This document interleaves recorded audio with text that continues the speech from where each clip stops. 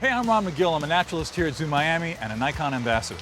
Now, one of my responsibilities here at the zoo is to capture the images, to help for our signage, to help for our social media, a lot of the different things, basically to engage people, to give them windows into this fantastic place. So to do that, I got to be ready with the wildlife. Today it's kind of a rainy morning, a little overcast, but you know what? We can work around that. Light determines what you get, but different types of light gives you different kinds of images. Today, to photograph this amazing herd of giraffe, I'm going to be using the Nikon D7200 combined with the AFS Nikkor 80-400 f4.5 to 5.6 AR lens. As a great alternative to the 80-400 millimeter, there's the AFS Nikkor 28-300.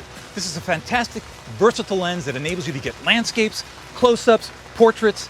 It's the great all-in-one if you're going to travel with one body and one lens. Also, the best time for photography with wildlife is in the morning. Because you get out in the morning, it's a new day. Everybody's exploring the new areas. So they're all looking around, they're interacting, they're smelling. Once you get to the middle of the day, they've kind of known everything, they're kind of sitting back. They're not really as engaging as they would be when they first come out. New baby's coming out now. We'll see what happens, how it acts. Baby right up against mom, patterns. Very nice. With regard to focus, I choose the continuous autofocus with tracking with a single focal point that I focus on my subject's eye. Now, just because I'm working at the zoo doesn't mean I'm doing anything special here. All the images you're going to see, all of my positions today are positions that you as the public can take at any given time. When photographing wildlife, I choose the aperture priority mode for a couple of reasons. Number one is, by controlling my aperture, I control my depth of field.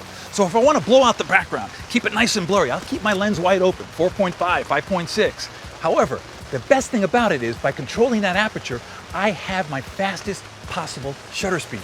And that enables me to freeze the action. One of the great moments this morning was when the herd of giraffe came out and they started to run. I immediately concentrated on the baby, and I photographed that baby as I was running, being able to freeze it in the running mode. It was fantastic.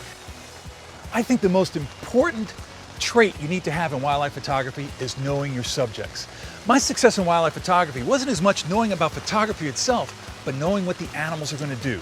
You know, there's an old saying that says the only thing predictable about animals is that they're unpredictable.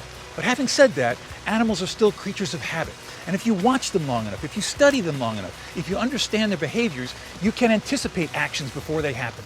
Zoos today play a critical role in conservation efforts around the world. By coming to the zoo, you're exposed to windows to this wildlife that you might not have the privilege to see. By photographing it, you capture that beauty, you share it with other people, and hopefully you also inspire further conservation efforts.